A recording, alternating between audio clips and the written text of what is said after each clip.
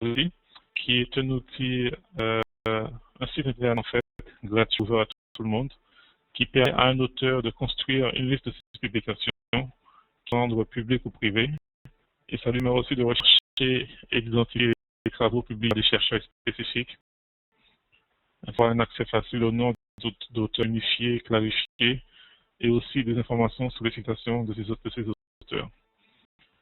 Vous avez des questions pendant la séance, vous utilisez le chat sur la droite, et j'y répondrai le plus vite possible. Je vais partager mon écran avec vous et vous présenter la plateforme, le site internet de ResearcherID.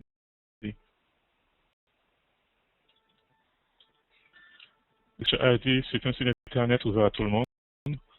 À partir de l'URL researcherid.com, sans même avoir un profil, vous pouvez tout de suite rechercher tous les auteurs qui ont un profil sur le site.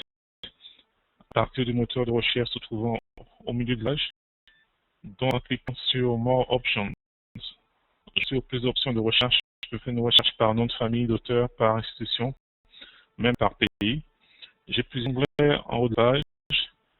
Le onglet Top Keywords montre les 100 premiers mots-clés les plus utilisés sur le site internet. Nous avons les 100 premiers pays, donc les pays qui ont le plus de profils sur ResearcherID.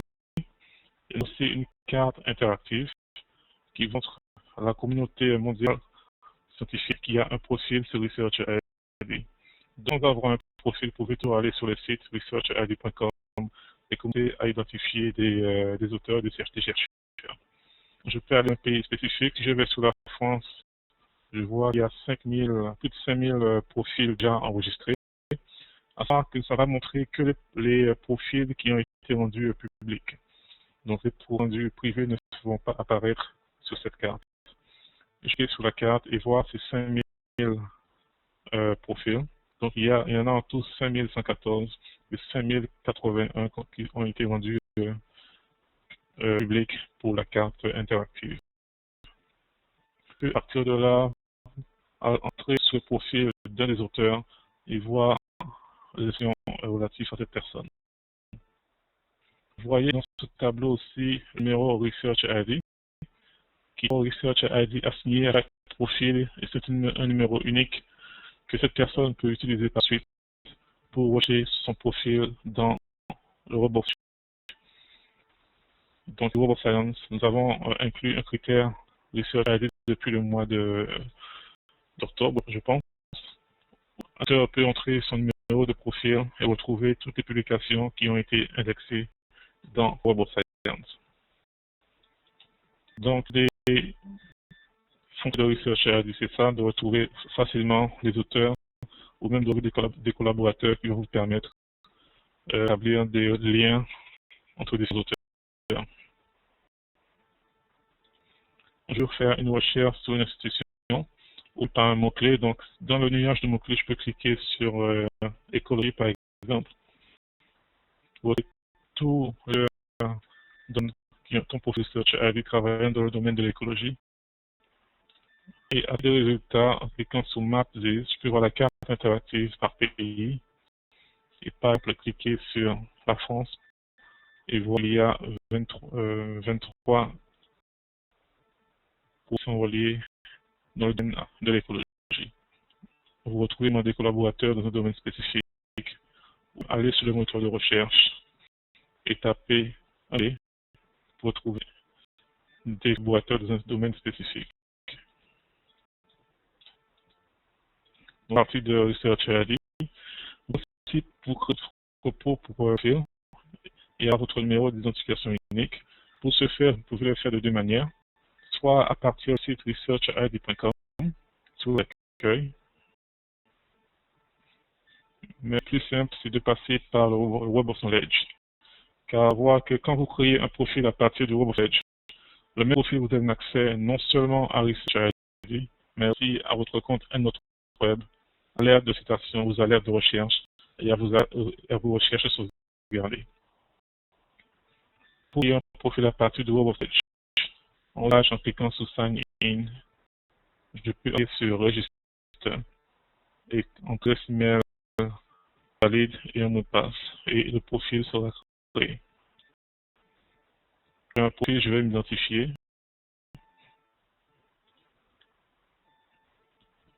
Je vais accéder à ma page personnelle de Researcher ID. Dans Researcher ID en lui-même, vous pouvez faire à partir de Join Now Free. Donc, la première étape est remplir le formulaire avec votre prénom, email. Il vous ensuite un email dans votre boîte aux lettres qui vous demandera de confirmer que vous avez bien demandé l'accès à Researcher ID. Une fois confirmé, vous recevrez un autre lien qui va vous créer automatiquement votre compte avec un numéro d'identification unique.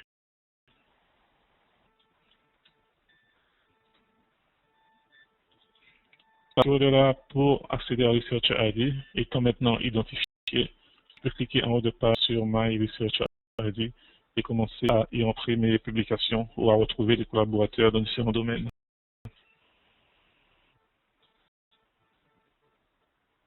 Donc, je vais accéder à ma page. Si vous vous connectez pour la première fois à Researcher ID, vous pouvez entrer les informations vous concernant à partir du lien Manage Profile se trouvant en haut à droite. Cliquez le lien. Vous aurez plusieurs onglets où vous pouvez entrer des informations différentes, notamment des informations vous concernant, des informations sur vos affiliations, donc les institutions où vous avez travaillé, où vous travaillez. Votre liste de publications, donc première, les publications qui vous appartiennent dans My Publications. Vous pouvez aussi entrer des publications appartenant à d'autres personnes, des collaborateurs ou à un laboratoire, dans le profil, sous Public List 1 et Publications 2, ou même le nom de ces listes pour reconnaître plus facilement. Là, c'est d'entrer des informations vous concernant, donc nom, prénom. Et sur à gauche, vous verrez une case avec public. Donc, quand la case est cochée, c'est que l'information sera rendue publique, donc accessible à tout le monde sur Internet. Et si la case n'est pas cochée, l'information sera privée et ne percevra cette information. Vous avez de rendre public certaines informations vous concernant. Une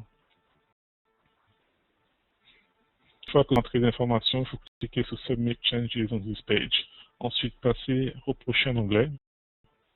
Il y a des institutions vers lesquelles vous avez êtes affilié. Vous pouvez entrer des institutions présentes ou des institutions passées, donc Thomas, prendre cette information publique ou privée de la manière en cours de la case où on a laissé cocher.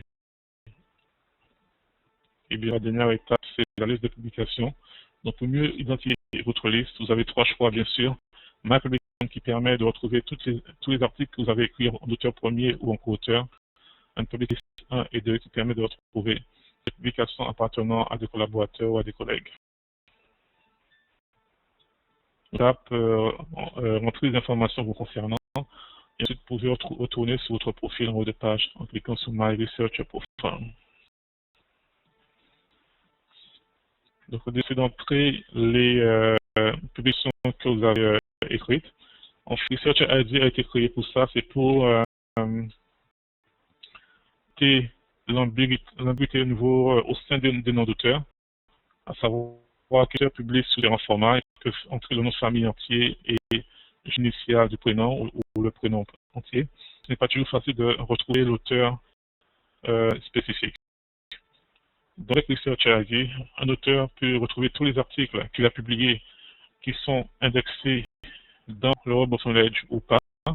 Donc ici, il va amener des articles qui viennent d'autres sources, d'autres bases de données, et écrits dans Researcher ID.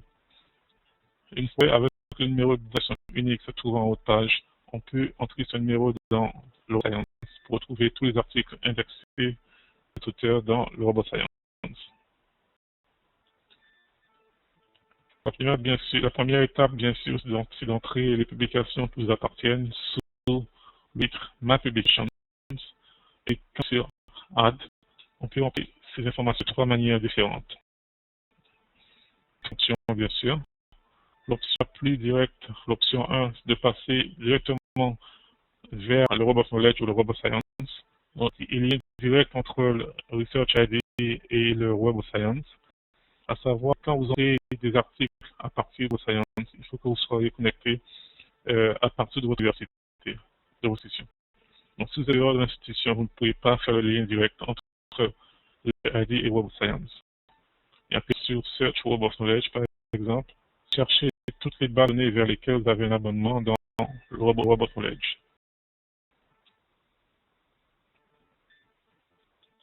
Et bien sûr, entrez un nom d'auteur et vous retrouvera tout relatif à l'auteur que vous avez entré dans le moteur.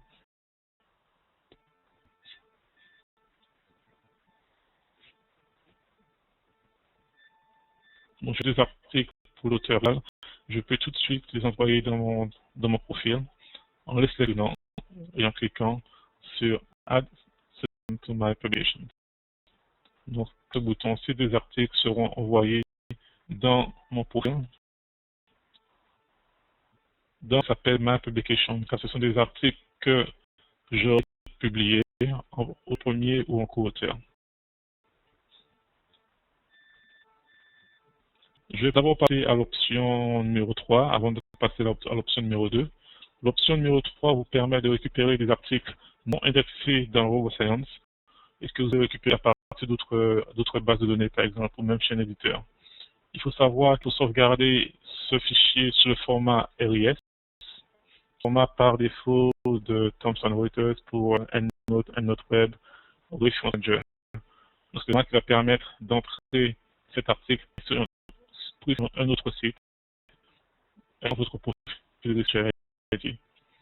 Donc, une fois l'article est sauvegardé sur votre PC, cliquez sur ce lien et parcourez PC pour retrouver l'article dans vos dossiers et sur Upload File. À ce moment, l'article sera automatiquement intégré dans vos publications. Et la troisième option, en fait, c'est de passer par un web. À savoir, un autre web et Research ID sont reliés maintenant. Il y a un lien direct entre les deux. Vu que les options d'import d'articles de Research ID sont assez limitées, donc à notre web, les options sont plus variées. Vous avez la possibilité de retrouver des sources et ensuite les mettre dans Search ID automatiquement. Pour le lien Go to un autre web, je vais aller directement dans mon profil un autre web dans une autre fenêtre. Donc, vous connaissez un autre web un peu, vous savez que vous pouvez retrouver des articles à partir de différentes sources avec l'onglet Collect. Je vais en fait faire une nouvelle changer aux articles qui m'appartiennent. Donc, faire recherche sur un catalogue spécifique ou bien sur une autre base de données gratuite sur Internet.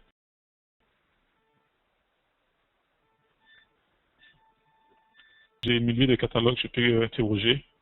Je peux prendre par exemple l'Université de Bangor au Pays de Galles. Donc, tout interroger, faire une recherche par auteur, titre ou sujet, et retrouver des articles, par exemple, qui m'appartiennent. Les articles sont transférés dans un autre web. Et sous l'onglet My References, en bas de page, vous avez un Researcher ID. Je peux trouver facilement des articles qui m'appartiennent, par exemple, sous la droite, j'ai des articles. Je vais en mentionner un ou deux. Vous voyez que qui s'appelle Change à 41 articles. Même 41 articles qu'on retrouve dans mon profil dans Researcher ID. Transfert sur Act Group, ça va à 44, à 43 en fait. Il y en a un Researcher ID. Ensuite, sur la page, vous verrez que ça se fait automatiquement. Les articles rapidement et facilement dans votre profil Research ID. Qu'apport direct est assez limité. Il vaut mieux passer, si votre article n'est pas indexé dans le Web of Science, et passer par un autre web et récupérer les articles à partir de différentes sources.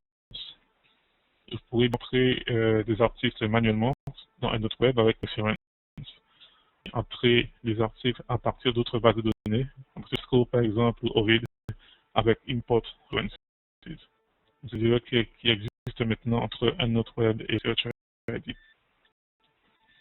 les options d'import d'articles sont assez simples et assez rapides pour entrer les articles dans votre profil et retrouver rapidement les articles qui vous appartiennent.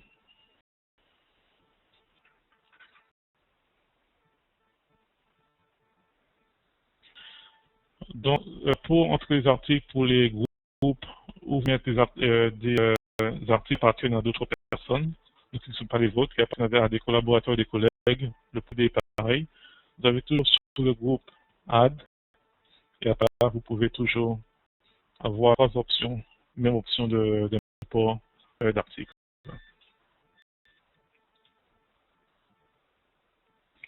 Quand vous entrez vos articles dans Research ID, nous avons aussi des données de station. C'est l'index H qui est disponible gratuitement pour tout le monde sur Internet. Donc l'index que vous avez sous Citation Metrics ici va être généré et vous montrer en fait comment vous avez influence sur la communauté scientifique. Je vais vous démontrer, je vais rechercher le profil d'un utilisateur, d'un auteur qui est complet, qui vous montre aussi comment avec ce qu'on appelle les labs,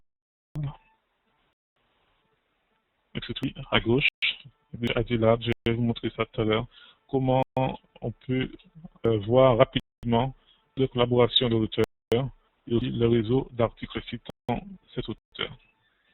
Donc, je vais maintenant sur le mot de recherche en haut de page en cliquant sur Search. Je vais une recherche sur un auteur CRS, CRS. Vous voyez ici qu'il y a plusieurs adresses CNRS, à savoir que pour l'instant, nous ne nifions pas les adresses. Donc, les adresses entrées, c'est l'adresse, la manière dont l'auteur a entré l'adresse dans son profil. Donc, je vais dire le premier CNRS tout court. Je vois pour voir 50 objets par page et ensuite choisir l'auteur qui m'intéresse. Jean Bawol Guilhem, car c'est très complet, donc c'est assez intéressant de le voir. Et qu'il a son numéro d'identification unique, et en faisant ce numéro dans le RoboScience, et en faisant la recherche par numéro Search ID, je peux voir tout de suite l'article qu'il a indexé dans la base RoboScience. Il y en a 21. Donc, je sais que ces articles appartiennent à Bawol Guilhem, qui n'a pas de problème d'homonyme, car c'est lui qui les a récupérés et qui les a affichés comme les siens. Donc, toutes les informations publiques, donc les clés sur les domaines où il travaille le plus, il a travaillé dans le passé et les solutions où il travaille en ce moment. Personne a une page personnelle, enfin 2 pages personnelles. Vous visez qu'à les amis disponibles sur son profil, jusqu'à 3 pages personnelles, donc jusqu'à 3 URL. Une page personnelle en fait, qui a un lien direct vers son profil Research ID avec le badge se trouvant en milieu de page. Et on passe sur le badge.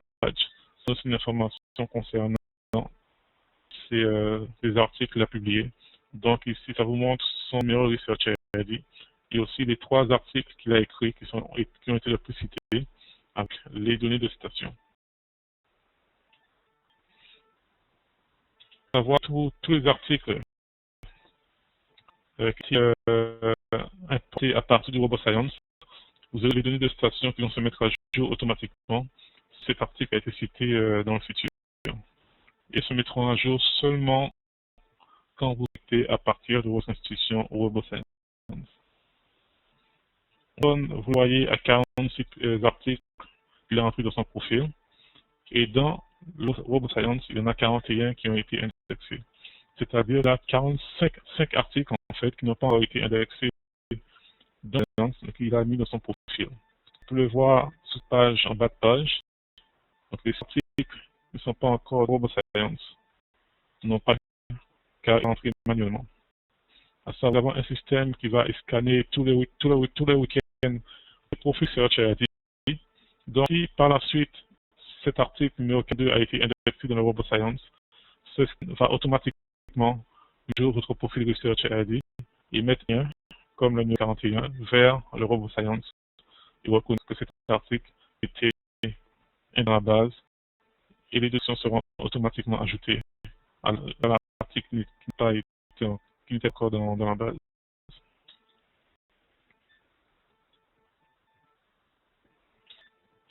Avec ces données de publication, on peut voir ce qu'on appelle les citing metrics.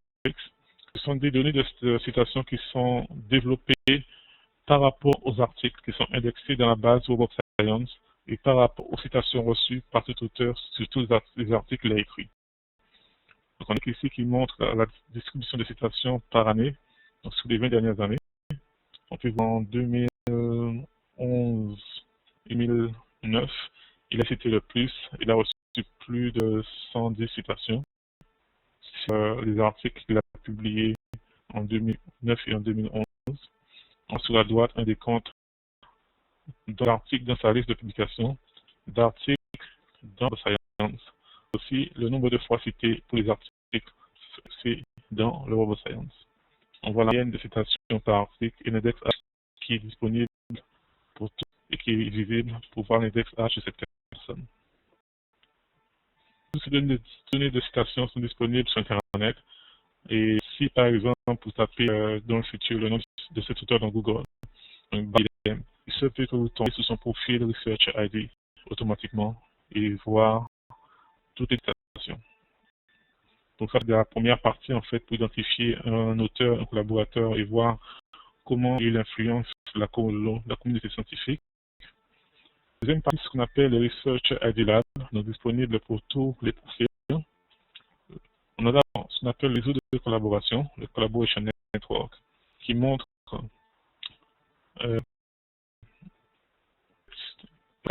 catégories. On a les auteurs avec lesquels ils collaborent le plus. Donc les 20 premiers auteurs. Ensuite, les catégories où ils publient le plus. Donc j'ai géophysique, bien sûr, c'est sa spécialité. Les pays et territoires, on collabore le plus, beaucoup en France. Et ensuite, les instituts où il a publié ses articles. Nous avons finalement une carte mondiale, une map qui montre les 100 qu'il a eu dans le monde, par exemple. Et en cliquant sur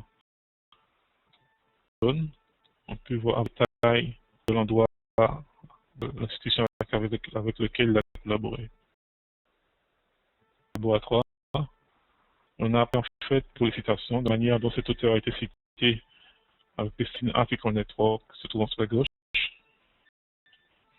D'ailleurs, il s'autocite beaucoup. Que maintenant, nous unifions les noms d'auteurs. À savoir qu'auparavant, au mois de novembre, je pense, il y avait deux orthographes pour son nom. Il y avait Parole J et Guilhem, sous deux tableaux différents. Et maintenant, les deux ont été affiliés ensemble. Donc, par la suite, nous unifions les noms d'auteurs si nous reconnaissons que c'est la même personne par rapport aux articles qu'ils ont publiés dans le Web of Science.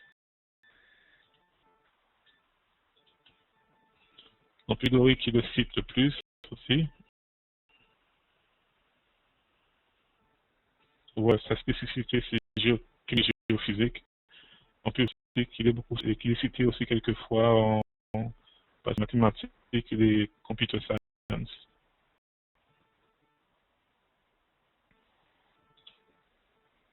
Le territoire qui le cite le plus, donc en Amérique, il est beaucoup cité. L'institut qui le cité le plus, notre collaboration. Elle aussi qui montre pareillement le plus dans le monde, pour une vue plus générale.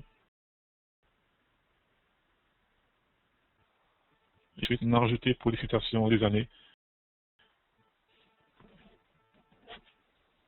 où il y a plus de citations pour les articles qu'il a écrits. Donc beaucoup en 2011.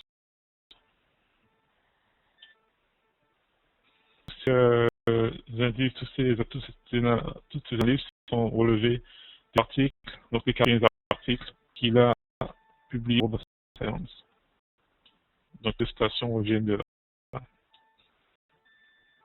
Et finalement, pour toujours les gadgets, nous avons aussi ajouté le Research ID Badge. Donc c'est un badge que vous pouvez mettre sur votre page personnelle, avec deux tailles, la grande taille et la petite taille.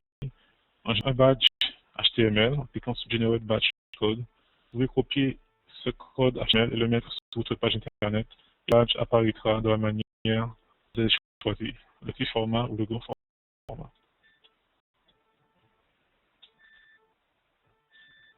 Donc, si ce sera généré par Research ID et les auteurs peuvent être identifiés facilement par l'utilisation de leur nom et l'article qu'ils ont récupéré à partir de diverses sources. Donc, j'ai les articles de ces auteurs dans le Web of Knowledge. Et chaque article, je vais prendre le premier par exemple, un lien vers son profil Research ID en bas de page. Vous avez un lien Research ID, un clic sur le lien. On parle ici qu'il a son lien direct. Et son auteur, Michael Bonin, a lui aussi identifié cet article comme le sien.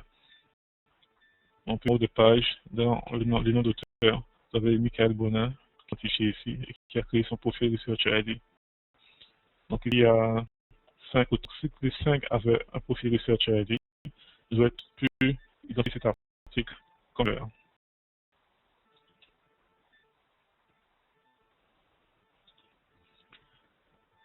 Donc,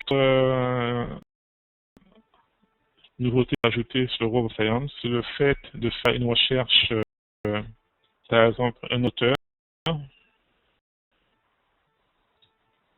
Je fais une recherche par auteur dans le Web of Science.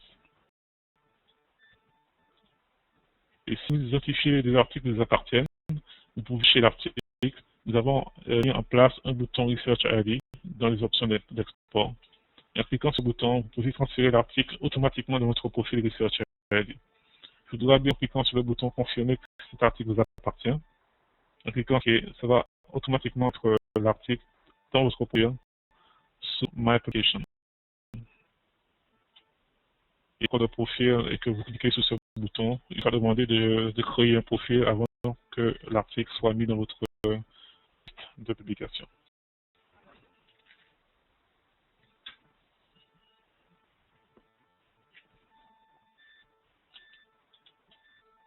Et finalement, je voulais vous montrer aussi comment gérer votre liste de publication. Je vais retourner sur mon profil pour vous montrer ça.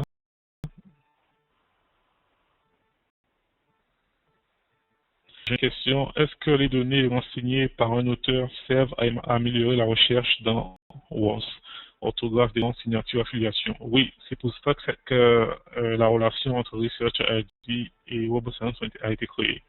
En fait, avec les deux Research ID, nous pouvons unifier justement les noms d'auteurs et les affiliations avec les institutions.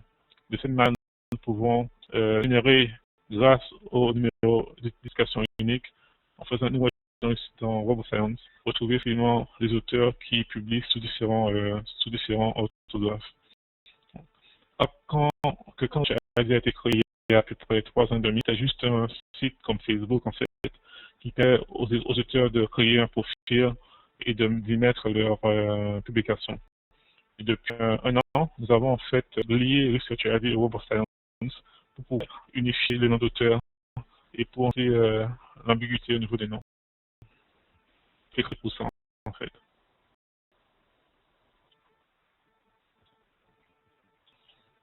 Autre chose qui a été ajoutée, si vous faites une recherche dans le Web of Science avec Authfinder, notre petit Authfinder en haut de page permet de retrouver des auteurs spécifiques.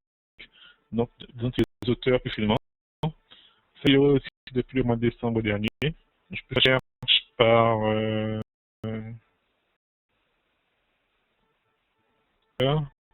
et fait, depuis le mois de décembre, on peut mettre jusqu'à 4 initiales au lieu d'une initiale.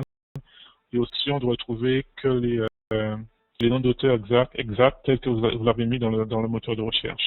Donc ça a été depuis le mois de décembre. Alors, Marama, par exemple, et vous voyez que dans l'Authfinder, vous aurez un Research ID automatiquement si l'auteur ResearchRD et que nous avons unifié l'adresse et les noms d'auteurs. Vous voyez que tout cet enjeu lien directement ResearchRD. Donc, au lieu de passer par cet outil et cliquer sur tous les sites, vous pensez que ça appartient à l'auteur. En cliquant sur le lien ResearchRD, vous aurez tous les articles de cet auteur spécifique. 1931, et de cette manière, on peut voir Action Metrics et retrouver tous les articles qui sont partis du Web of Science. Donc, le Rama, il a 8 articles qui ne sont pas encore indexés dans la base Web of Science. Avec l'outil AutoRender. Donc, automatiquement, si l'auteur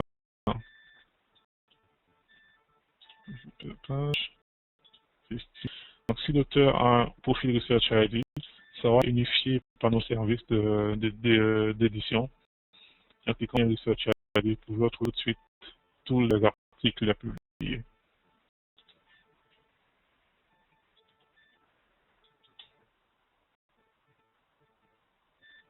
Vous pouvez aussi gérer vos publications. Donc, pour chaque groupe de publications, vous avez l'option de Manage. Maintenant, sur Manage, vous pouvez en fait gérer les publications, donc les enlever si vous ne voulez pas qu'elles fassent plus partie de votre groupe, par exemple. Et sur Update, Web of Science, vous pouvez faire une mise à jour manuelle. La mise à jour fait tous les vendredis soirs. Donc, si vous voulez la faire avant vendredi, je cliquez sur Update Web of Science. Ça ajoute en fait les deux stations, par exemple, les articles dans votre profil. Puis de modifier un article dans un autre web. Un autre web, vous pouvez toujours rajouter des informations dans les champs déjà remplis, en cliquant 2 fois dans un champ et en ajoutant des informations. Donc, modifier l'article dans un autre web, regardez, il sera automatiquement modifié dans votre profil dans ResearchRD.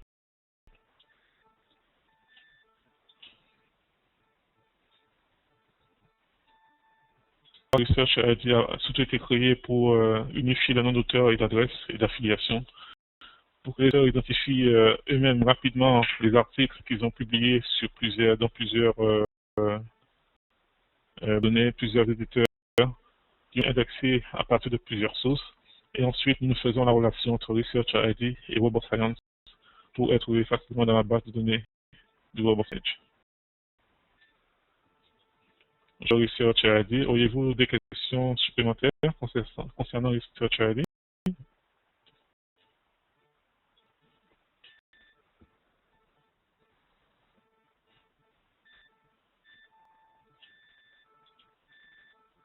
Donc, s'il n'y a pas de questions, je vais quitter la séance. Si vous avez des questions supplémentaires par la suite, vous pouvez toujours m'envoyer un email. À savoir, j'ai enregistré cette séance et je vais l'envoyer à la fin de la semaine à tous les participants pour qu'ils la revoient quand ils veulent. Et peut-être reviser des fonctionnalités de ResearchRD. Merci pour avoir assisté à cette séance. Je vous souhaite une bonne après-midi et j'espère vous retrouver bientôt sur d'autres formations de Thomson Reuters.